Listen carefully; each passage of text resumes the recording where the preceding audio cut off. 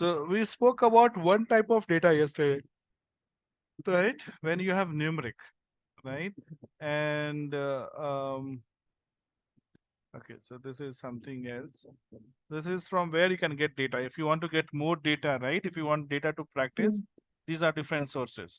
You can get US data from here, UCI machine learning data, Amazon data set, Microsoft, Google data sets. All of them have a lot of data. So these are some of the sources from where you can get the data. This is the frequency set example that we did, right? So let's say here you have data of people who got placement in these um, this. So this is more like your categorical data. So yesterday, right? Let me. Can you see my screen? No, right? I have not yet shared this one. Yeah.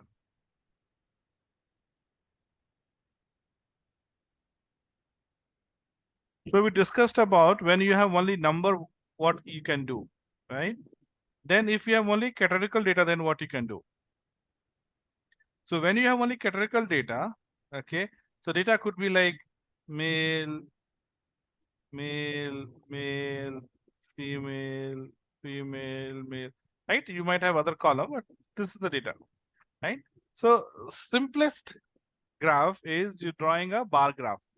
Bar graph, which will tell you how many male and how many female are there, right? So, this will tell you, okay, male is about this much and female is about this much total count.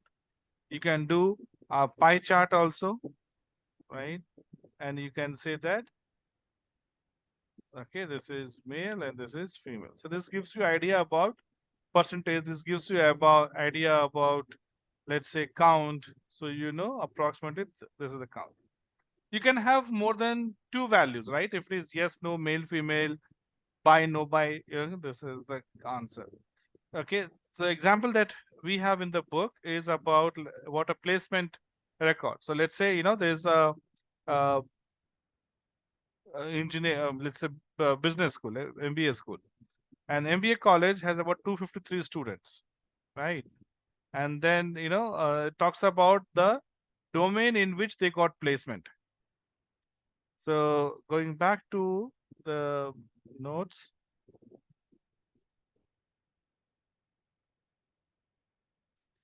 Okay, so accounting, 73 people got a placement into. 52 got into finance, general management 36, marketing sales 64, and other areas were 28, right? So you put them in a frequency. Difference being that on the left side, instead of the group, you have this specific count, right? So this will go on x-axis and frequency will go on y-axis, exactly same way what we did yesterday. Okay, so on x-axis you have this, and this is one way to represent the numbers. If you want to represent the percentage, then you can represent into a pie chart, right? This is what just we did, right, with the male female kind of thing. So this is, these are the graphs that you will draw. Frequency, this is frequency table, this is frequency graph. Frequency graph is also called histogram, also called as bar graph, okay, with frequency. Okay, when you say histogram, it is like a bar graph, but on y-axis you have the count, the number of occurrences, or number of occurrences also called as frequency. Frequency chart, histogram, bar graph with occurrences. Okay, or you can draw a pie chart. Now coming back to two bivariate, two variables. Okay, we call them bivariate. When you have two, this is all single variate or univariate. We call them as univariate. We generally don't deal with univariate, right? We, if you talk about machine learning, you need to have at least two variables. Okay, at least two variables. Like one will be your y that you want to predict. One will be your y that you want to predict, also called as predictor, and you will have at least one x, right? You can have multiple x, right? So your machine learning data set has to be minimum bivariate. Of course, it'll have many columns. Okay. So now when you talk about bivariate, you can have numeric, now numeric. Can you give an example of numeric where y that you're going to predict is also a number and can be both discrete or continuous? Okay. And x based on which you want to predict is also a number. Can you give me an example of that?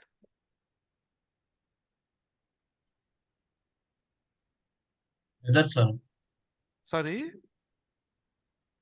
Weather. what is y there? What do you want to predict? Like temperature also numeric will be in the day, on the day, particular day. So see, you are trying to predict temperature. So y is temperature is numeric, of course. So y becomes numeric. Fine. This is okay. Temperature, okay. Then on based on what you're going to predict? Like different days, sir. No, it's not different dates. Okay. You want to predict based on what? Let's see, doesn't mean that Mondays are always hot, Tuesdays are always cold, Wednesdays are always in that case you can say days, right? You don't predict based on days, you predict based on some parameter. Let's say you have to predict based on pressure. Okay. So pressure is also a number. Or if you want to talk about high, low, medium pressure, then it becomes categorical, right? So we are not predicting, we are not talking about categorical, we're talking about number. So yes, you can talk about pressure in terms of Pascal number, right? Simple example is, let's say, number of hours you study and marks that you get. You want to, you want to predict the marks obtained, marks that 10th class student will get. So you want, you want to predict based on number of hours that they study, the marks that they're expected to get, right? So that can be an example of your number or pressure, right? Pressure in Pascal number. So based on pressure, temperature will change, right? So you cannot just say that, okay, if it is 1st January, it's going to be very, very cold. 2nd January is going to be very hot. No, not like that, isn't it? Because we have other factors which will determine what is the pressure today. Okay, pressure is low, temperature is low. Pressure is high, temperature is high. No. So when you have number, okay, number versus number, okay, marks versus number of hours you study, or pressure versus temperature, then we draw what is called as scatter plot. Histogram we have seen yesterday. Today we are going to do what is called as scatter plot. Scatter plot is like you have x-axis here and you have y-axis here, right? This is number. So let's say you have 5 or 1, 2, 3, 4 number of hours you study per So we day. can't see your You can't see. I'm screen below. sorry. I moved Yeah. and but I did not. Yeah. Now you should be able to see, right? Yeah. So yeah, I was talking about number of hours you study your marks Yeah, open yeah. or pass the pressure and temperature. So Temperature. okay, so let's say number of hours you study per day versus marks that you get. So I can say here on x-axis, I will put number of hours I study. Okay. Now when you talk about analysis, okay, data analysis, it doesn't matter what you put on x-axis or y-axis. I want to measure hours I study per day, hours per day versus marks that you get in the board exam. Okay, let's say this is what I want to do. So you can say x equal to number of hours. So 1 hour per day, 2 hour per day, 3 hour per day, 4 hour per day, 5 hours, so on. You draw this. Maximum can be maybe, let's say, 20 hours per day. And on y-axis, you will have marks 10, 20, 30, 40, 50, 60, 70, 80, 90, let's say 100. This is the max. Okay, it doesn't matter. But when we talk about machine learning, okay, what we do is we are predicting y, isn't it? Y predictor is also y value. So in that case, the one that you want to predict, in case you want to predict marks, so marks will go on y-axis. Okay, that's how you represent, because when you see the graph, people should be able to know, okay, you are predicting marks, okay, or It can be reverse also. Based on marks, you want to predict, okay, how many hours they would have studied per day. Okay. So then hours per week would go on y-axis and marks would go on x-axis. Okay. And then you will plot each dot. You will plot a dot here. Each dot represents 2 points, correct? 1 point on x-axis, that is number of hours you study, and on y-axis, which is, so in this case, probably you're getting 40 marks if you study for about 1.5 hours per day. Okay, let me use different color. Okay, so you get, let's say these are the data points. This is the data. Okay, scatter plot is a plot that is used to represent numeric versus numeric data, right? Impact of one numeric data set on another numeric data set. Relationship between two numeric data set. Okay, scatter plot is used to see how one behaves with respect to another numeric values, or relationship between two numeric values, right? So it tells you the relationship. What is the relationship? We look at the way the dots are behaving. In this case, you see, as x increases, y also increases.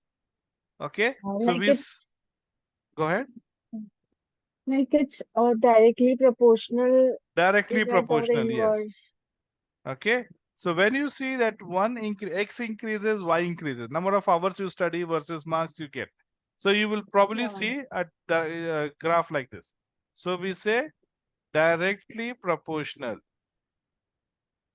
or we say directly Inverse. proportional, or you say positive correlation.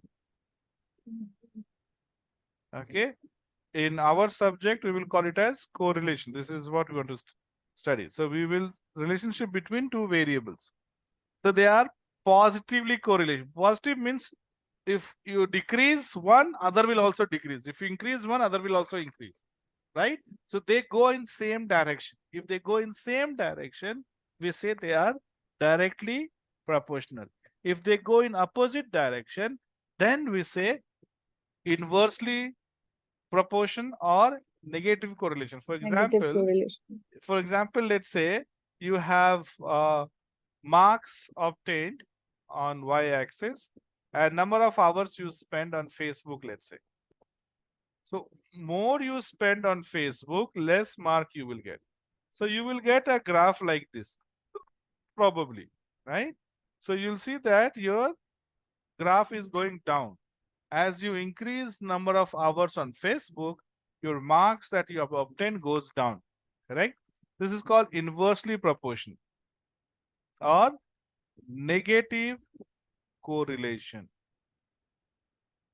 Okay, we say negative correlation, directly proportional or negative correlation. Okay, then you might see, okay, that there is no relationship between, say, one factor or another. That means in this case itself, there could be some value here also, some value here also, some value here also, some value here also. What it means, it doesn't matter, right? If you study for less also, you're getting more marks. If you study for more also, you're getting less mark. Okay, so all possible values are there. So you kind of see a flat trend, something like this, approximately like this. Okay, it doesn't matter. Now, when you see there is no correlation, we say there is no correlation. Positive correlation, negative correlation, or no correlation.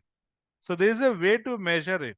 Okay, and when we'll do our data cleaning and when we do Python, we will see how to calculate the correlation value. When you see the correlation value, you'll start with 0. That is the minimum value you can get. And maximum value you can get is 1. It can be positive or negative 1.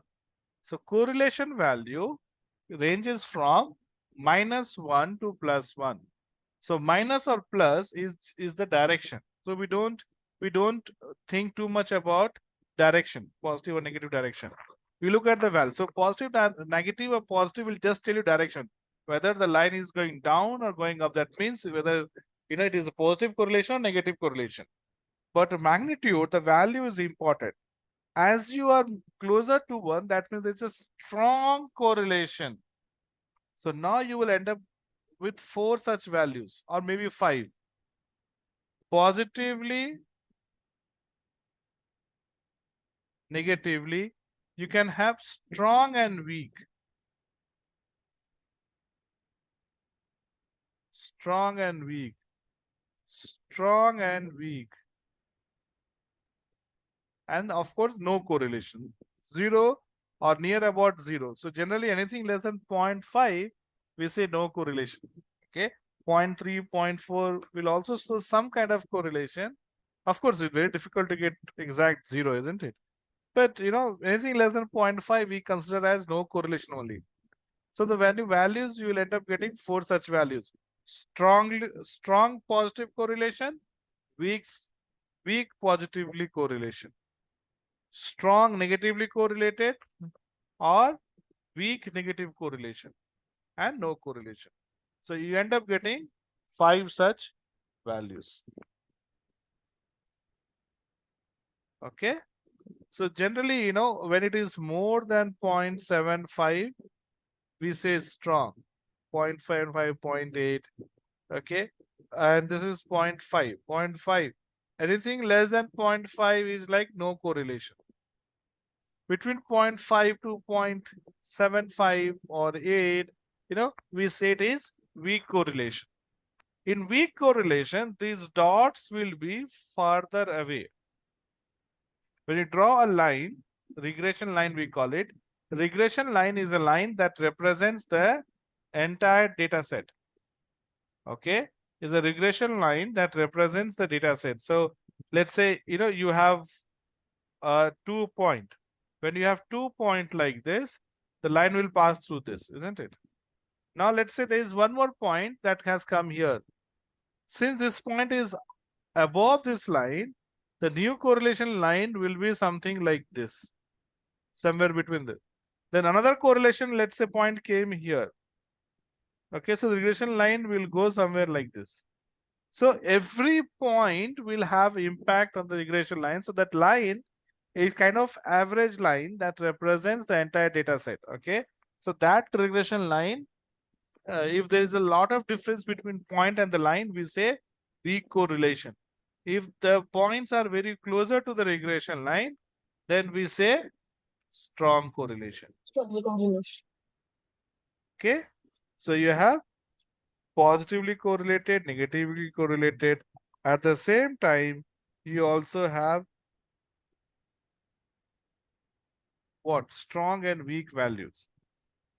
So in terms of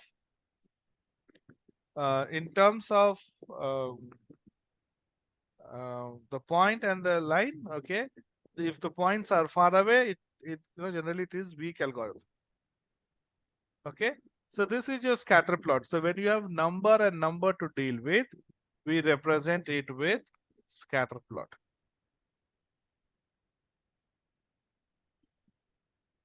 Okay. Then when you have C and C, can you give an example of C and C?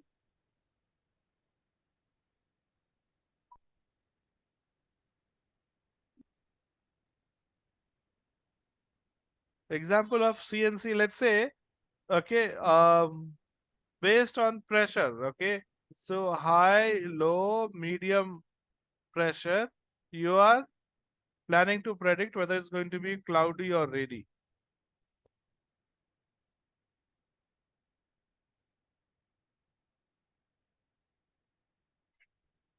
Okay, so in this case, easiest of all is to draw a 2x2 box or 3x2 in this case.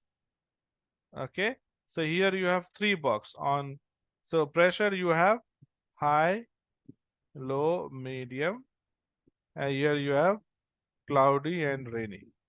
So you say when it is high, 10 times it is cloudy, and 2 times it is rainy. When it is low, it is about 5.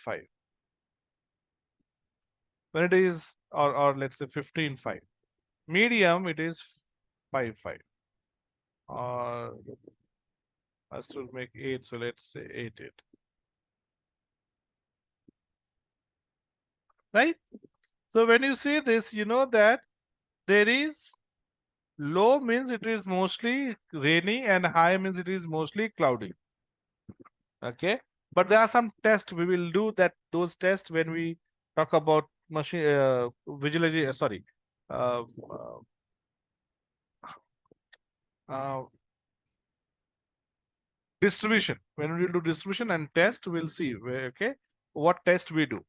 Okay, whether is it enough? This data set is enough to conclude that when it is high, that it is it is cloudy. See, this is the data that you got. This is the output that you got. But based on that, you have to make some assumption, make some prediction. Can we say that if it is high pressure, it is going to be cloudy? So if it is 0, 10, 0, 100, then obviously there is no question. But 2 and 5, is this difference of 8 too much to ignore 2? 95% confidence level we discussed, right? So again, we'll talk about it. So can we say with 95% confidence that with high pressure, you get a cloudy weather? Same thing here. Is the difference of 10 big enough difference to ignore 5? You can't ignore 100%, but can we ignore up to 5%, let's say? 8 obviously equals, so we cannot ignore. Okay, so it's like we can't say if it is pressure is medium, it can be cloudy or it can be rainy.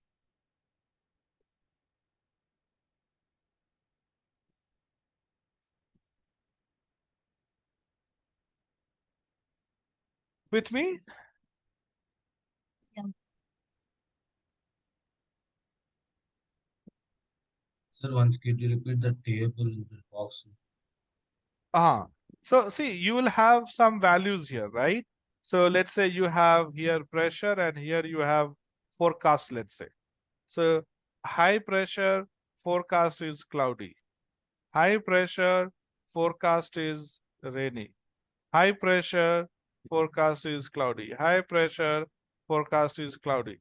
Medium pressure forecast is cloudy. Medium pressure forecast is rainy. Okay. Low pressure, it is rainy. So you'll have this data. So simply you count. If it is high, so you know the number of values, unique values in one. So here you have 3 unique values, high, low, medium. And here if you see there are only 2 unique values. Okay. So we put 2 here and 3 here. Then you count HC1, HC2, HC3, 4, 5, HC. Okay, total 10 in the data set. So you say high and cloudy 10. HC is 10. HR, HR1, HR2. Okay, so 2 here. Low and R, LR, LR, LR, LR, LR, 15. So it's a 15.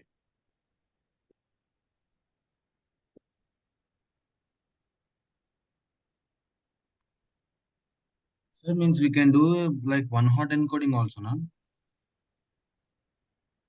See, so that is one hot encoding is required in machine learning, not here.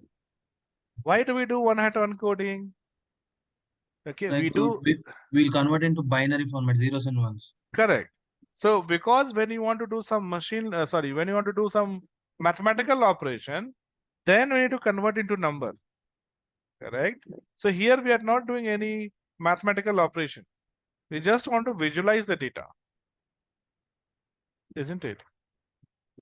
We just want to Yes, sir. see the data how it is. Okay. So you can draw what is called as stack bar chart. Pressure here and say forecast here. So 2. On top of 2, you have 10 here. 15. So 15. On top of that 5. 8. 8. Like that, you can draw a stack bar chart to indicate that, these two combined represents high. These two combined represents low. These two combined represents average.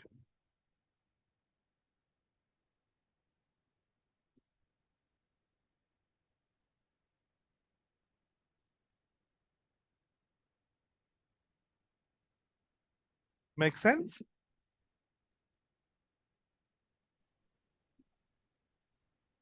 So one-hot encoding, you'll require it when you're doing any mathematical operation on it. You can't do it on alphabets. So you'll convert it into number to perform some analysis. But for representation purpose, we don't have to do one-hot encoding.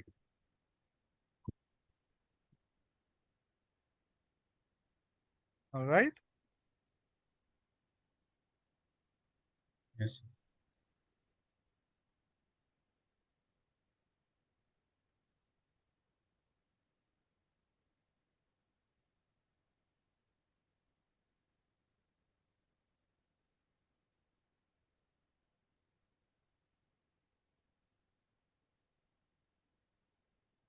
Okay.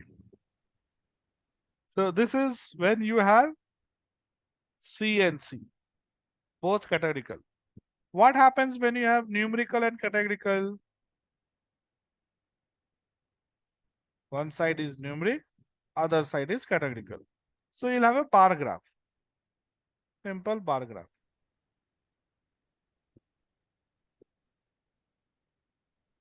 Right? So let's say you have temperature based on pressure, but this time you have high-low pressure. So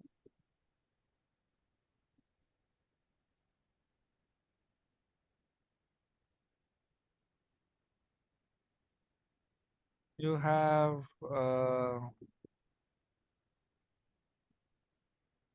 pressure and you have, say, temperature. High pressure.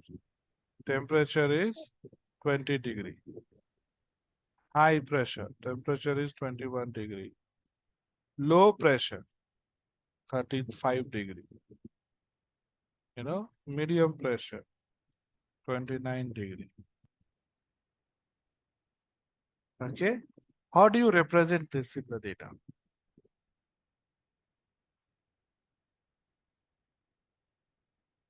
Okay. So here you will have your high, low, medium. Okay. And you will put this number here and you will see the relationship here, something like this. Something like this. Okay. So it is like a your scatter plot, but you'll have a subgraph here. What happens when it is all low or all high? All low. Okay. So that's why, when you have categorical data, it becomes difficult to represent on a graph. So what is this graph name, sir? Now, this is also like your X versus Y, so scatter plot, right? But on X-axis, you have categorical data, not numeric data. But we are drawing the lines between the high, low, medium. No, so see, we are analyzing the temperature when it is high pressure. When it is high pressure, then what happens to the temperature? So we kind of divided this into three groups. We have kind of divided this into three groups.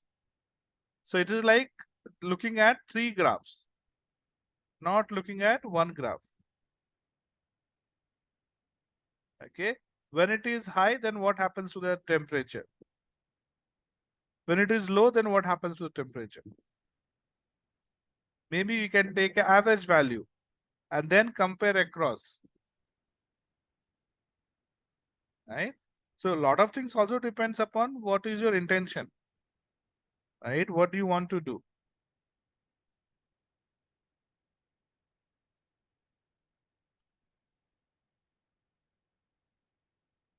Okay. So histogram, scatter plot, these are the main graphs that we have seen, isn't it?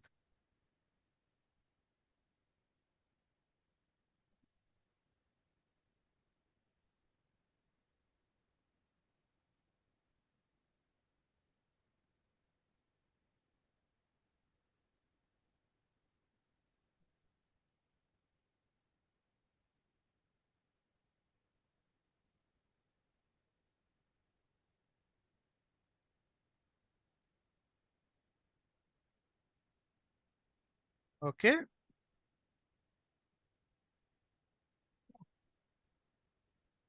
Okay.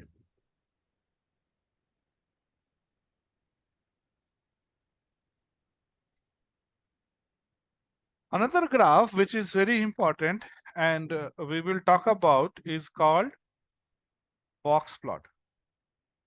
Okay. To understand box plot, you need to understand what is mean median mode. What is mean median mode? We have done this, right?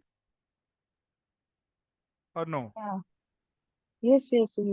Yes, What sir. is, yeah, what is mean median mode? Mean means average, So sir. mean is average. Yeah. Correct. Median is the middle number Mode Yes. is given most in occurring order, value. and yeah, Correct. most common number. So what is the significance of median? Um, mm, Median divides your data measure. set into two halves. Yes, sir. Yeah. Okay. So it tells Measure this you, yeah, it tells you that percentage of there are data. equal number of students or equal number of data set on both the end. There are equal number of students or equal number of data set of both. So if I'm looking at marks, then both, equal number of students. If I tell you this is the median salary, that means there are equal number of people who have more than X. Let's say I say 70,000 is median salary. So that means there are equal number of people with more than 70,000 as salary, and there are equal number of people with less than 70,000 as salary. Okay. Your outliers will impact average, but outliers will not impact your median. When Yeah. data is normal, median and mean, and I think I showed you with Excel, right? I put some Yeah. data and you saw that mean, Yeah. median, mode was all same, Yeah. right? But Median means just count, no, sir. sorry. Median means just count like above values and below Correct, values. correct, correct. Okay, just the count. But when you look at the normal data set, it will behave, value will be almost same as average value only. Okay. See, when you have a value low and we have a value high, it becomes average value, isn't it? So that way, average value is dividing the data set into two halves. Okay. Do you remember I showed you with Excel file? Yeah. Yes. Yes, I remember. Aviram, do you remember? Sir? Do you remember when I showed you mean median mode with Yes, Excel? sir. Yeah, yes, sir. Right. Right. So what you see that when we added an outlier, average changed Hmm. by a much value, Yeah. but not the median. So that's why, Median. so sometimes Hmm. when you have very large data set, we prefer to use median, not mean, because large data set can have outliers. And then Yeah. when you perform average, you don't know if average is correct or not. So you look at median and mean both. If mean and median are almost same, then you say, okay, data set is normal, it does not have many outliers, or it has equal number of outliers on both the side. Okay, it has equal number of outliers on both the sides. Okay, that's what it means. Okay, then okay, so mean median mode. Okay, so your mean, or sorry, your median divides the data set into two halves, right? Okay. Then we also talk about range. What is range? Range is maximum value minus maximum value minus minimum value. Range is maximum value minus minimum value. Okay. So in the maximum value, maximum marks obtained is 90, minimum marks obtained is 40. Then you say range is 90 minus 40, 50. 50, yeah. Okay. And when you have outliers, your range will be too big, isn't it? Let's say there is minus Yeah. 100 and 1000, it becomes 1100. Okay. So to avoid, okay, so to avoid the outliers, okay, so what we do is we don't look at range, but instead we look at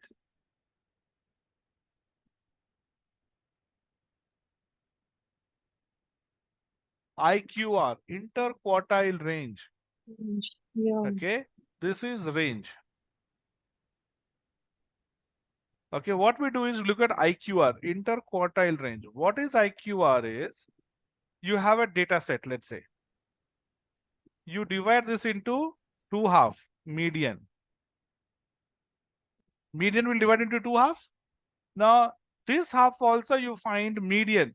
So for this data set, find median.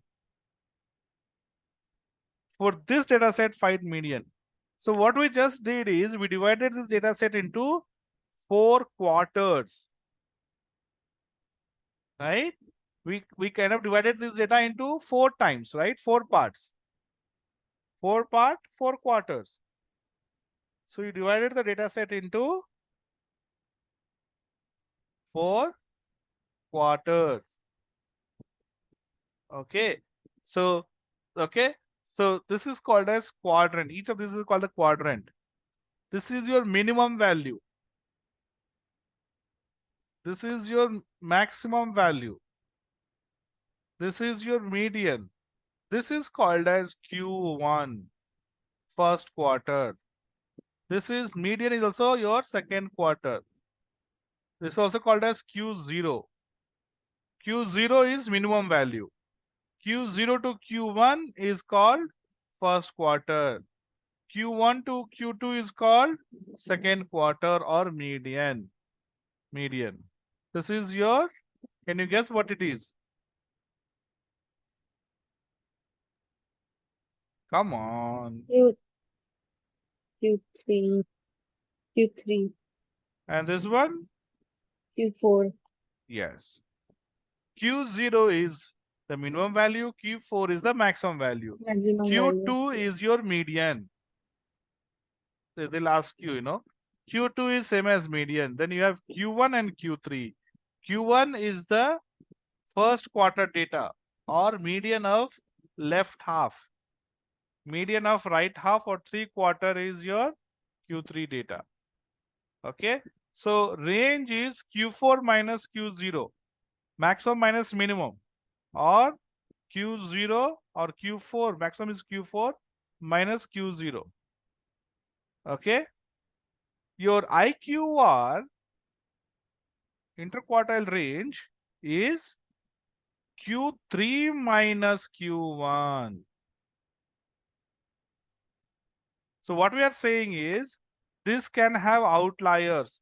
This can have outliers. So remove them. Okay. Q3 minus Q1.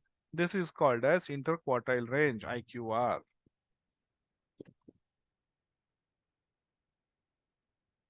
Make sense? Yes. Okay. So when you talk about box plot is used to represent, okay, this is called horizontal box plot. Okay. You can have vertical box plot also, so like this. Okay. So this is a box. It will have something here, and it will also have 2 handles. Okay. So 2 handle, 1 box, 2 handle. and you have in the center. This is your Q0. Box plot represents quarters. Sir, box Q0, plot is Q1, Q2, or median. This is Q3, and this is Q4. Yeah, what was your question? sir, box plot is mainly represented to for outliers only, sir. No, box plot can tell you. So what we'll do tomorrow, we will take examples from internet. We'll just search. We'll pick graphs and we'll discuss about um, uh, box plot, scatter plot, and histogram. You will see they all have significance. Okay, box plot is the only plot so far that we have discussed today, which will tell you outliers. Okay. Okay, so it tells you outlier. Doesn't mean that it is used only for outliers. Okay, so before that histogram, it can't show you outliers. Scatter plot can give you a hint of outliers. How? So if I draw a box plot and if you see all the dots are like here, but there's Away one from the dot axis. here. No, most of the dots are here and there is one dot very far away. Most likely this is outlier. But it Similarly, may or may not be an outlier, sir. see, it is outlier, but it does not highlight it as outlier. See, obviously, see, if you have all this data here and you have one data here, this is outlier. Yes, sir. What is definition of outliers? Outlier definition is that its behavior is different than most of the data set, Yeah. right? But it will not be marked in different color or different shape or different size. It will be marked like a numbers only. But what Boxplot will do is it will show you outliers here as dots. So what I just showed you is a box plot and you can see some dots here and here. Okay, it will be beyond this handle and before this handle, indicating that those are outliers. So box plot will mark outliers. No other plot will mark outliers. Box plot will mark outliers for you. Make sense? So it'll tell you, oh, there are 2 and here, let's say there are 3 outliers in this data set. No other plot will tell you. So yes, so that way, yes, box plots tells us marks outliers. Okay, other plots will not mark outliers. All right. So we'll stop here.